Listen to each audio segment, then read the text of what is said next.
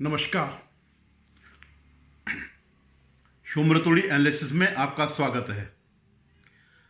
आज जो मैं चर्चा कर रहा हूं वो कल की जो घटना जो हुई है, यानी इलेक्शन कमीशन ने जो देश में विभिन्न पार्टियां हैं उनका दर्जे का पुनर्वर्गीकरण किया है। किसको राष्ट्रीय स्तर का दर्जा देना, किसको राज्य स्तर का, किसका राष्ट्रीय दर्जा खत्म करना है, तो ये उस पर कल निर्णय लिया गया। ये एक्सरसाइज जो है दलों के जो है दर्जे की एक्सरसाइज जो है कुछ सालों के अंतराल के बाद होती रहती है, और इसमें इलेक्शन कमीशन का अपना कोई डायरेक्ट रोल नहीं है। उसके पैरामीटर्स हैं और उन्हीं पैरामीटर्स के आधार पर ही ये सब होता है। उन्होंने कितने राज्यों में इन्होंने वोट लिए, कितने राज्यों में इनके प्रतिनिधि हैं, केंद्र में लोकसभा में कितने प्रतिनिधि हैं, तो जो वोट परसेंट किस राज्य में कितना, इस तरह का जो है पैरामीटर्स हैं जिसे ये निर्णय होता है कि कौन किसको जो है राष्ट्रीय स्तर का दर्जा दिया जाए, किसको राज्य स्तर का दिया जाए और किसका राज्य स्तर का दर्जा खत्म कर दिया जाए। अब मैं बात करता हूं एक ऐसी पार्टी का जो बहुत कम अंतराल में, यानी 7-8 साल के अंतराल में ये भ्रष्टाचार से लड़ाई लड़ते हुए उभरी, इसका निर्माण हुआ, और ये भ्रष्टाचार में गले गले तक फंस चुकी है। इसके अलावा झूठ बोलना, प्रोपेगेंडा करना, जो कुछ भी हो सकता है वो सब इसके द्वारा किया जाता है। आप जो है इनकी, मैं बात कर रहा हूं आम आदमी पार्टी की, जो जिसको आप कहते हैं, लेकिन आज ये जो आप शब्द जो कि सम्मानित शब्द होता था उसकी डेफिनेशन ही बदल गई। लोग जो है आप कहने में शर्मिंदा होते हैं। तो इनका सिर्फ झूठ झूठ झूठ, भ्रष्टाचार, प्रोपेगेंडा, यहाँ पैसा दे करके अपने टीवी वालों को, जो टीवी चैनल हैं उनको ऐड दे करके, और यहाँ घोटाला वहाँ घोटाला, लेकिन इतने कम समय में वो राष्ट्रीय पार्टी बन गई है। और जो राष्ट्रीय पार्टियां थी उनमें से किसी का दर्जा खत्म हुआ, तो एक तो हुआ टीएमसी का, ममता बनर्जी का, दूसरा हुआ एनसीपी का, शरद पवार की पार्टी का, तीसरा हुआ सीपीआई का, जो किसी जमाने में ये बहुत पुरानी पार्टी है। इससे टूट करके ही सीपीएम निकली, या आरएसपी, या कई किस्म के जो है सैकड़ों किस्म के वामपंथी निकले। तो इनका जो है राष्ट्रीय दर्जा जो है खत्म हो गया है। पहले मैं इन पार्टियों की बात करता हूं। सबसे पहले मैं करता हूं बात ये ममता बनर्जी की, टीएमसी का। ममता बनर्जी की महत्वाकांक्षा थी कि मैं राष्ट्रीय स्तर का मेरी पार्टी बने और मेरा प्रभाव पूरे देश में हो और मैं प्रधानमंत्री पद की दावेदार बनूं। उन्होंने इसके लिए बहुत हाथ पांव मारे। वो गोवा में लड़ी, नॉर्थ ईस्ट में लड़ी, और भी कई जगह जो है, लेकिन उसका दर्जा जो है, जो था पहले या नहीं था, लेकिन उसका दर्जा खत्म हो गया। अब वो रह गई क्षेत्रीय पार्टी, वो नहीं बन पाई राष्ट्रीय पार्टी। टीएमसी की स्ट्रेंथ क्या है? टीएमसी की जो स्ट्रेंथ है वो कांग्रेस ही है। कांग्रेस टूट करके, जैसे ममता बनर्जी खुद कांग्रेस से आई हैं, वैसे ही और भी राज्यों में जो भी कांग्रेस से नाखुश प्रतिनिधि होगा या जिसको टिकट नहीं मिला, उन सबको टिकट देती है। ऐसे ही एनसीपी के साथ भी है। एनसीपी एक राष्ट्रीय पार्टी थी, और जब 99 में वो कांग्रेस से अलग हुए शरद पवार, उसके बाद 1 साल बाद ही उसको, इस पार्टी को राष्ट्रीय दर्जा मिल गया। क्यों मिला? क्योंकि इनका भी वोट बैंक, इनका भी बेस जो है कांग्रेस ही थी। कांग्रेस से जिसको टिकट नहीं मिलता था उनको ये अपने यहाँ टिकट देते थे। और तब, क्योंकि तब एक समय था जब कांग्रेस का जगह जगह प्रभाव था पूरे देश में, साउथ को छोड़ करके, मतलब तमिलनाडु को छोड़ करके बाकी पूरे देश में जो है प्रभाव था। तो इस ढंग से इसका भी, एनसीपी का भी फैला हुआ और ये राष्ट्रीय पार्टी बनी। सीपीआई तो पहले अकेले सिपाही थी और बहुत पुरानी पार्टी थी, लेकिन सीपीएम के झगड़े में सीपीआई खत्म हो गई। पहले कुछ अंदर पिछड़ों रही सीपीएम की, उसके बाद उसका वोट बैंक तो खैर कभी रहा ही, मतलब काफ़ी सालों से नहीं है, लेकिन वोट मिलने भी बंद हो गए, तो उसका भी समापन हो गया। ऐसे ही जो है बीआरएस, जो पहले टीआरएस थी, उसका भी जो राज्य स्तरीय वो था वो खत्म हो गया, क्योंकि अभी तो टीआरएस होती तो ठीक है, लेकिन बीआरएस का कोई उसके राज्य में अभी कोई चुनाव लड़ा नहीं, इसलिए जो है वो भी खत्म हो गई। ऐसे एक पार्टी है राष्ट्रीय लोकदल, आप जानते होंगे चरण सिंह जी की खानदान की ये पार्टी है। चरण सिंह हो गए, अजीत सिंह हो गए, उनका बेटा जो भी है अब जो है, तो इसका जो राज्य का दर्जा था वो भी खत्म हो गया। पिछले कुछ चुनाव में मैं देख रहा था कि वो इस समाजवादी पार्टी से तालमेल करके कुछ सीटें उनसे लेकर के अपने सिंबल को बचाने के लिए उन्हीं के कैंडिडेट लेकर के उन्होंने चुनाव लड़ा, लेकिन उनका राज्य स्तरीय वो खत्म हो गया। ऐसी आरएसपी, ये भी सीपीआई का ही एक वो है, रिवोल्यूशनरी सोशलिस्ट पार्टी। ऐसे पीडीए हो गया, ये जो है मणिपुर की पार्टी थी। पीएमके जो तमिलनाडु में है, लेकिन ये इसका पौंडीचेरी से इसका वो समापन हो गया। ऐसे ही एमपीसी, ये मिजोरम की पार्टी थी। तो इस ढंग से कई पार्टियों के राष्ट्रीय दर्जे खत्म हो गए, कई पार्टियों के राज्य स्तरीय दर्जे भी खत्म हो गए।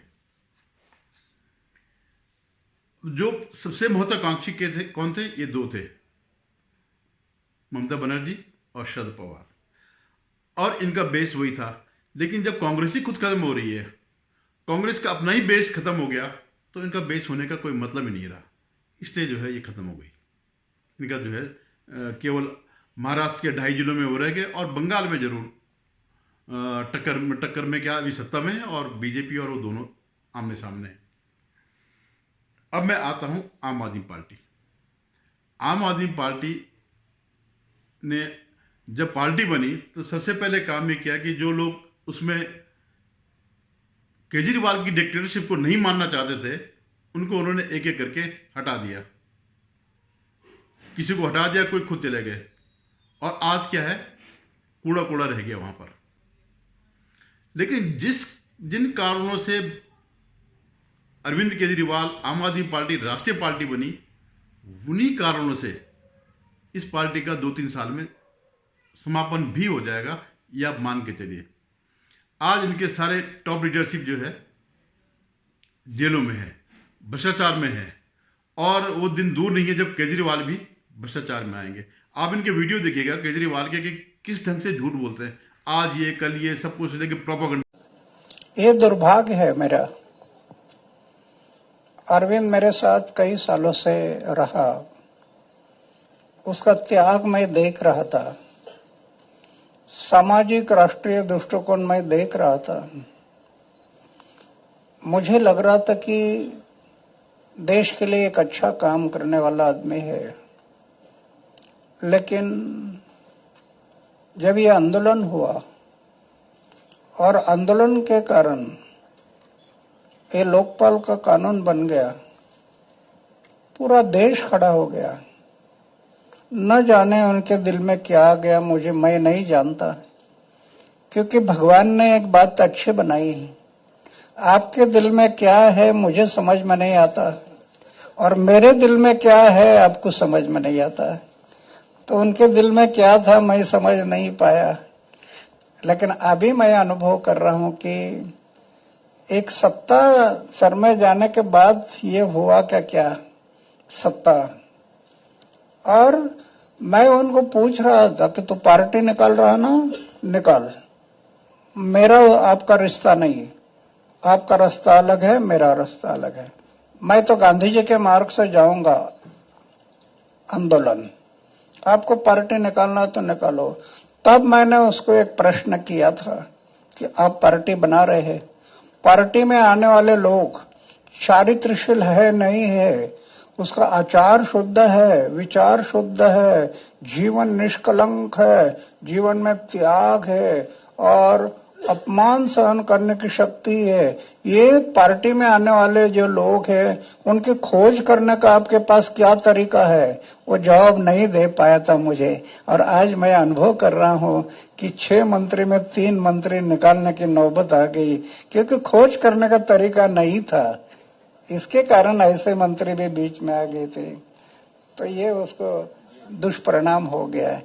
लेकिन अभी वो आगे चल रहा है, आगे चल रहा है। उनका प्रोपेगेंडा करना जो है, अब जब ये इनकी आंच, जब भ्रष्टाचार की जो आंच थी, जब केजरीवाल पे आने लग गई, तो उन्होंने कहा कि साहब प्रधानमंत्री की डिग्री फर्जी है। जबकि वो अच्छी तरह जानते कि 2016 में इन्होंने ही वो कहा था, और वो डिग्रियां सार्वजनिक हुई थी। 25,000 का इनको वहां पे फाइन भी हो गया कि तुम समय क्यों। आज अगर देश का प्रधानमंत्री पढ़ा लिखा होता, मैंने उनके वीडियो देखे हैं, एक वीडियो वो बड़े गर्व के साथ कहते हैं मैं पढ़ा लिखा नहीं हूं। इंटरव्यू था राजीव शुक्ला जी का, आपने देखा है वो? जी जी बिल्कुल देखा। उसमें वो कहते हैं कि मैं हाई स्कूल से आगे नहीं गया। और शायद मुझे नई नई चीजें जानना सीखने का बड़ा शौक रहा। कितना पढ़े हैं आप? वैसे तो मैंने 17 साल की आयु में घर छोड़ दिया। स्कूली शिक्षा के बाद मैं निकल गया। वो तब से लेकर के आज तक मैं भटक रहा हूँ नई चीजें पाने के लिए। सिर्फ स्कूल तक पढ़े, मतलब प्राइमरी स्कूल तक? हाई स्कूल तक। हाई स्कूल तक। बाद में हमारे संघ के एक अधिकारी थे, उनके बड़े आग्रह पर मैं एक्सटर्नल एग्जाम देना शुरू किया। तो दिल्ली यूनिवर्सिटी से मैंने बीए कर लिया एक्सटर्नल एग्जाम दे करके। फिर भी उनका आग्रह रहा तो मैंने एमए कर लिया एक्सटर्नल एग्जाम से। मैंने कभी इस कॉलेज का दरवाजा देखा नहीं, तो लेकिन मैं हो गया। यूनिवर्सिटी में पहले आ गया है। लेकिन वो तो शायद संघ के संस्कार का हो या कुछ। बर्बाद कर रहे हो। लेकिन आज भी केजरीवाल और उनके जो गंध भक्त टाइप के लोग हैं, जिन्हें कुछ पता नहीं, जो केजरीवाल ने कह दिया वो सही है, वो आज भी कहते साहब उनकी डिग्री नहीं है। तो क्या है, ये भटकाना चाह रहा है। हम लोग अभी राष्ट्रपति जी से मिले और हमने उनको बताया कि जो ऑर्डिनेंस सरकार लाने जा रही है, उस ऑर्डिनेंस से इस देश की सारी जनता बहुत खफा है, बहुत गुस्से में है। सुप्रीम कोर्ट ने एक जजमेंट पास किया था। वो जजमेंट बेसिकली संसद के अंदर दागी लोगों को न लाने के लिए था, ताकि जो संसद के अंदर दागी लोग बैठे हैं, अगर उनको सजा मिलती है तो उनको डिस्क्वालीफाई किया जाए। वो वाला बिल जो है वो अभी संसद के अंदर स्टैंडिंग कमेटी को दिया हुआ है। जब वो स्टैंडिंग कमेटी के पास है तो ऑर्डिनेंस लाने की अभी क्या जरूरत थी, ऐसी क्या इमरजेंसी थी? सारे देश की जनता चाहती है कि राष्ट्रपति जी उस ऑर्डिनेंस पे साइन ना करें और उसको वापस भेजें। और अभी राहुल गांधी की सदस्यता तुम लोगों ने समाप्त कर दी। राहुल गांधी की सदस्यता समाप्त कर दी इन लोगों ने। डरते हो यार, तुम लोग तो बहुत डरपोक निकले। जो भ्रष्टाचार में दल तक फंस चुके हैं, गले गले तक ये भ्रष्टाचार में फंस चुके हैं, और बड़ा टेक्निकल वो करते हैं। अभी तक तो दिल्ली का ही मामला चल रहा था, अब जो है पंजाब में भी जो है एक घोटाला सामने आ रहा है। तो अब पता नहीं आगे क्या होता है। सिर्फ भगवंत मान तक ये मामला रहता है या आगे जाकर के केजरीवाल तक ये जान जाती है। तो भले ही वो खुशी व्यक्त कर रहे हो कि हमारा राष्ट्रीय पार्टी का दर्जा हो गया है, लेकिन इतना जरूर है कि वो मन में भी ये सोच रहे हैं, वो इस बात को अच्छी तरह जानते हैं कि हमारी पार्टी बिल्कुल खात्मे की ओर है, भले राष्ट्रीय पार्टी क्यों न हो।